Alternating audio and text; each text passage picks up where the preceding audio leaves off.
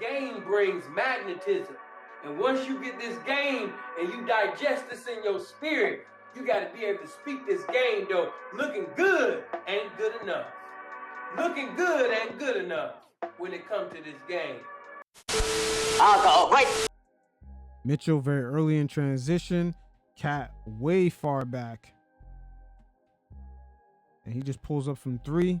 That's just one example right there. And again, after a Cat made bucket, they pick on him real fast. A high screen by Jarrett Allen. And now, not only Mitchell, before he pulled up from 3, but now he could just go straight downhill on Cat. Utilizing that speed, Cat didn't even contest right there. See, the thing with Cat being the weak link of this defense, I would love for him to actually begin to pick up on things a lot quicker. If he sees the screen coming, tell OG to pick up Mitchell to block this attacking lane.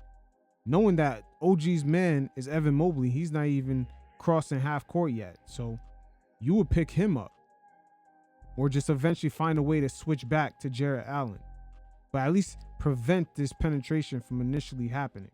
And this is a tactic that Draymond Green uses because just like Karl Anthony Towns, he's not the most athletic guy, but he still finds ways to position himself properly on this chessboard. But as Knicks fans, we are no strangers to this. We've seen this franchise sacrifice a team's identity to get a prolific scorer or just a high-powered star who can add some dynamic on the offensive end. Because with Carmelo Anthony, once upon a time, before the Knicks acquired him, they had a team that was pretty much, I don't want to say had a community offense, but it was a well-balanced oiled machine under Mike D'Antoni. And once they got Carmelo Anthony, of course, he added some star power to that dynamic without a lot of those players, but it sacrificed a lot. The team defensively was always a step behind, especially in crunch time situations. And Karl Anthony Towns still being in his prime right now, you wonder, as time begins to tick, is his defensive liability is eventually going to become too much of a hindrance on this team?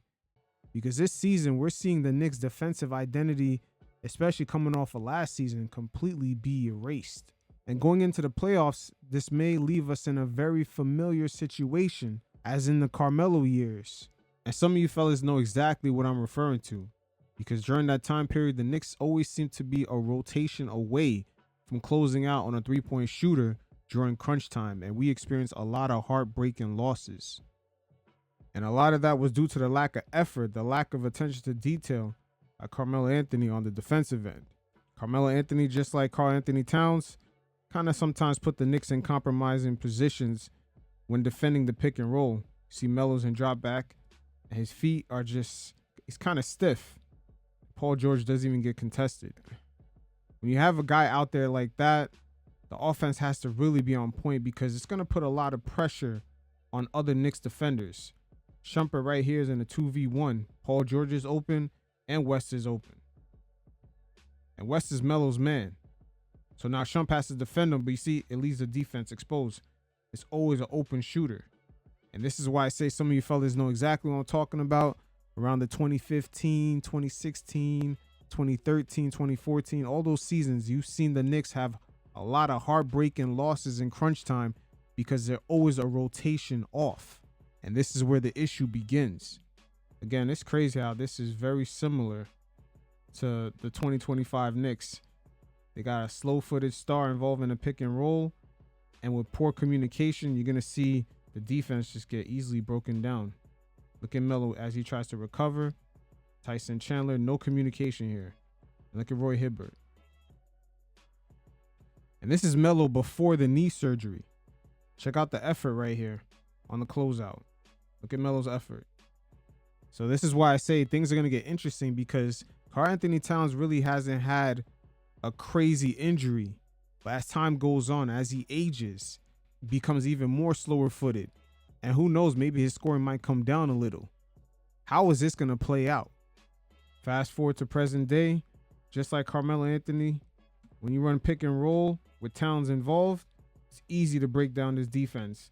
And now Knicks defenders are just going to be rotating. All right, jumping back. This is Melo post knee surgery. It's almost like going through a time machine here, but the Knicks need to stop. And Melo, he hedges, even though Hardaway is not really in a position to drive right here.